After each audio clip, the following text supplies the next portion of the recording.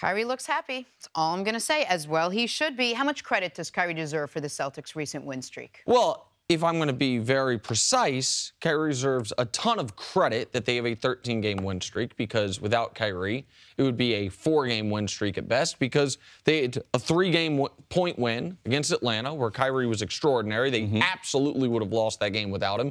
So for specifically the fact that they've won 13 straight rather than 10 of 13 or 11 of 13, Kyrie, along with Al Horford and Jaylen Brown and Jason Tatum, deserve a lot of credit. But maybe this is exactly what Kyrie wanted, to get, instead of maybe getting a disproportionate amount of credit in the wrong direction, like less credit than he should have with the Cavs because everything's so centered around LeBron, now he can get a disproportionate amount of credit in the good direction.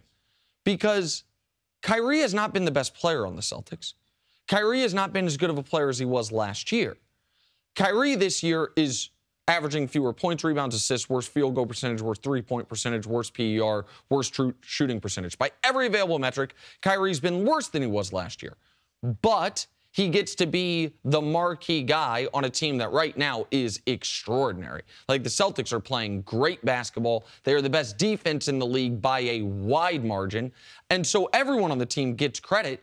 But the Celtics start isn't the story of Kyrie Irving.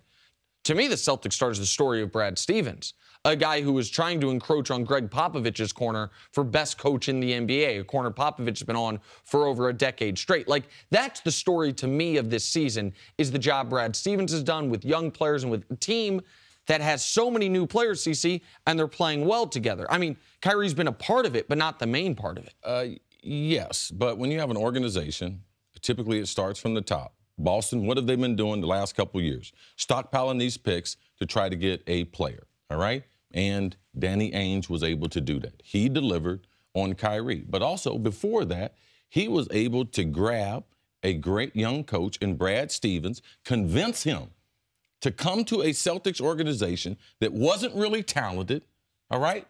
They were not competing for championships, but to convince him to leave that environment that he was in. I mean, because he could have stayed there for 20 years and stay in college basketball, be a dominant program, a big fish in a small pond. He decides to take his talent to the NBA, which was a huge risk. He is one of the better coaches in the NBA, but for us to mention him in the same breath as Pop, that's a few years away. And I will keep that before we have that conversation. He hadn't proven himself in the playoffs. He hadn't proven himself with injuries. How would he change his lineup? We haven't seen him as a huge underdog. Well, the injuries thing, I feel like the adjustment after Gordon Hayward, the instant adjustment. They're talented. They are playing above all their those players level. were on the roster. It wasn't like Brad did something the guy shattered his ankle, his leg, and then he had other talented players, Tatum, Jaylen Brown. Those guys have stepped up. Their games were ready to emerge. They have benefited from Gordon being hurt. So the Celtics have done an amazing job. I think it'd be easy to give Kyrie credit, but the other guys, they were ready Tatum was ready for the NBA. Jaylen Brown, he was going to have a good year even if Kyrie wasn't there. He can shoot now. I give Jaylen Brown, I give Brad Stevens credit, a lot of credit for, not all the credit, not even most of the credit, but a lot of credit for Jaylen Brown's progression, for Jason Tatum being put in positions to succeed as a rookie. I don't give a coach credit for a guy putting hours into the gym and learning how to shoot. All right? Sure. I mean, this is not like the coach is sitting there. He has taken upon himself, all right? He was a great athlete.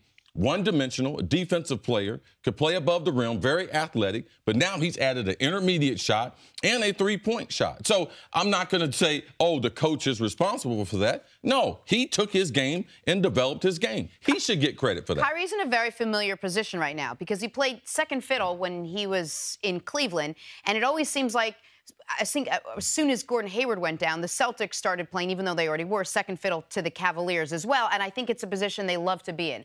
I think that as soon as Gordon Hayward went down, everyone said, what does it mean for the season? Are they not the second or third or fourth favorites now in the East? And I think they were just fine with that. And they were fine to keep expectations low and let's just go out and play. Let's just go out and play basketball now. And they picked this third guy, Jason Tatum. Two guys ahead of him. He's doing great. He's doing great. Best defense in the league. They ran off 13 straight wins. He may not be doing as well as you'd like him doing, but Kyrie Irving is still quietly he's still putting a good together player. solid games every single night, even with a broken face. Go ahead, Cece. The numbers speak to what Nick is saying. Like, it's not, a lot of times we try to add stuff to it. Like, he is a great player that joined a collection of young players who are playing well. And also, they're playing in an NBA right now that's not really strong. So how good are the Celtics? Like, we don't know. We know the East is weak. Right. There's only the two teams in the West, Houston and Golden State, that are really setting themselves apart from everyone else. Right now, people are trying to find themselves. There's more, I would say, undetermined success in the NBA right now as far as teams than any other time I remember. Like, this is a league in transition. I want to make this clear because people in Boston get so mad at me. First of all, and I put this on Twitter yesterday, I'm going to say it now to the camera. It appears I was way wrong on Jason Tatum. I thought the Celtics turned the #1 pick of the draft, which is what they had, into the 5th best player in the draft. He right now looks like he was the best player in that draft. Now, we'll see when Fultz comes back from his injury. We'll see how Ball progresses. But Tatum has been outstanding. If not for Ben Simmons, he's your leading candidate for Rookie of the Year along with the kid in Dennis Smith in Dallas. Pardon me. So I want to make that clear. I just think the Kyrie stuff, if we were to take the name away and say a multi-time All-Star, change teams to be the face of a franchise, and he's giving you 20 points, 5 assists on 44% shooting, you would say, okay, I mean, he's been fine, but maybe not. And when last year he gave you 25 points a game on 48% shooting. So I just don't want us to give a disproportionate amount of credit to Kyrie when he can play better than he's been playing, flatly. And we saw the Celtics in 2 games without him play really well. If Isaiah Thomas was healthy and the Celtics had traded for Gordon Hayward, the Celtics would still be the best team in the East. They would still be very, very good. Would they have won 13 in a row? No one can predict that. But Isaiah, Kyrie, that trade right there, Boston, they're really talented. They got more talent than they've had there since they've had Pierce, Garnett, and that crew. So I expect them to win. I expect them to have the best record in the East at the end of the regular season. So just to recap, you don't want to give Kyrie too much credit, and you don't want to give Brad Stevens too much credit. So, well, I mean, he compared him to Popovich. I said he's encroaching on his corner. Coming up. Thanks for watching. Subscribe here to get the latest from the show. Also, be sure to check out more of the best clips from First Things First, or go watch a few segments from our other shows on FS1.